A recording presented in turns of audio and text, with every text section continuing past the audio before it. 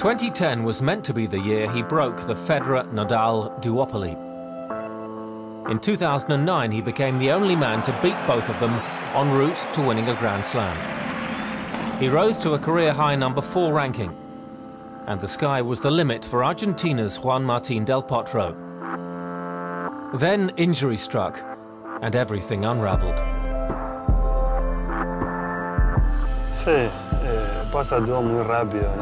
Yes, it all happened very quickly.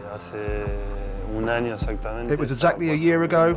I was #4 in the world, and one of the favourites in the men's game. And now I have no real ranking in the game. The truth is, these things happen so quickly. It really hits you. But this is the present, and I have no choice. I have to persevere. I have to carry on. You can only imagine how shattering it must be sitting there watching the US Open 12 months after you've won it, knowing that you may never get back to that level again. A serious wrist injury left Del Potro facing the toughest 12 months of his career. Missing most of 2010, he plummeted in the ATP World Rankings as he battled to save his career. It was quite horrible thinking about how I'd been playing so well and dreamt of winning, to then find myself sitting at home on the sofa. That was really difficult, but that was last year. The worst is in the past. 2010 is behind me, and hopefully in 2011 I can improve. Do you think of asking any player in the men's game if they can take a month out and come back? That's asking a lot. A year? That really is a huge test for someone's morale. Del Potro has more hard work to do if he's to recapture the form that made him the most promising young player on tour. But first he has to get back to playing regularly on the big stage. Support from family and friends will be crucial.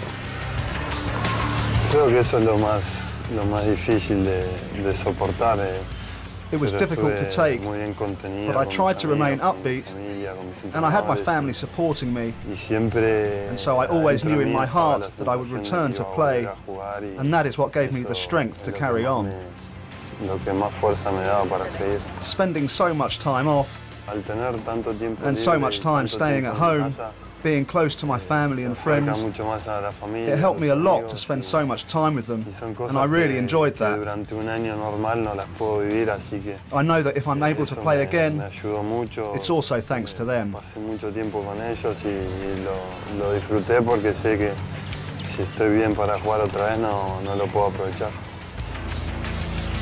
In 2009, Del Potro reached the final of the Barclays ATP World Tour Finals in London.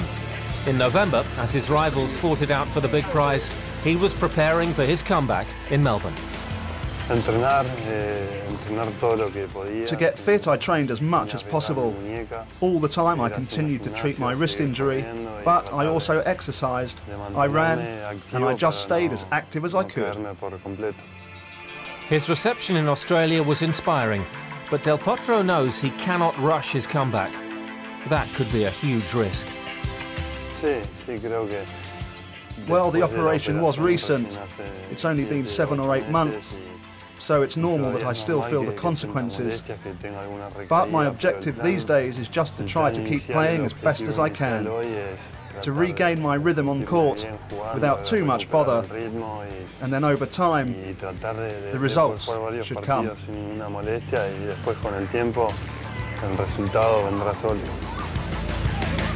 Well, I think it's very hard to ask someone who played this kind of style that he played to overcome a wrist injury, the kind of severe wrist injury that he had, to really come back and straight away and start hitting the ball with the kind of power that he needed to beat Federer and the rest of the field. If the 2009 US Grand Slam triumph encouraged Del Potro to aim for the stars, a year out of the game has shifted his perspective sharply. I think that a good and positive result would be to play for many hours and several sets.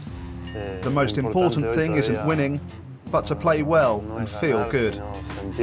Obviously I would like to win as well, that would help me a lot, but the main thing now is just to get back into the game.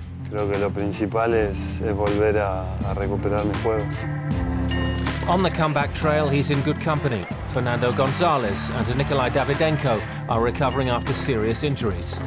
All three will tell you the ATP World Tour has never been so competitive. It's difficult to say when I might make it back into the top 10. I think it will take a lot of time, maybe a year or two, but you never know.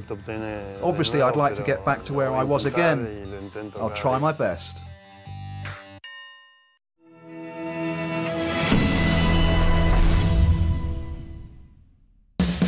Next week on ATP World Tour Uncovered, we're walking tall with history man John Isner, aiming to hit the heights of success.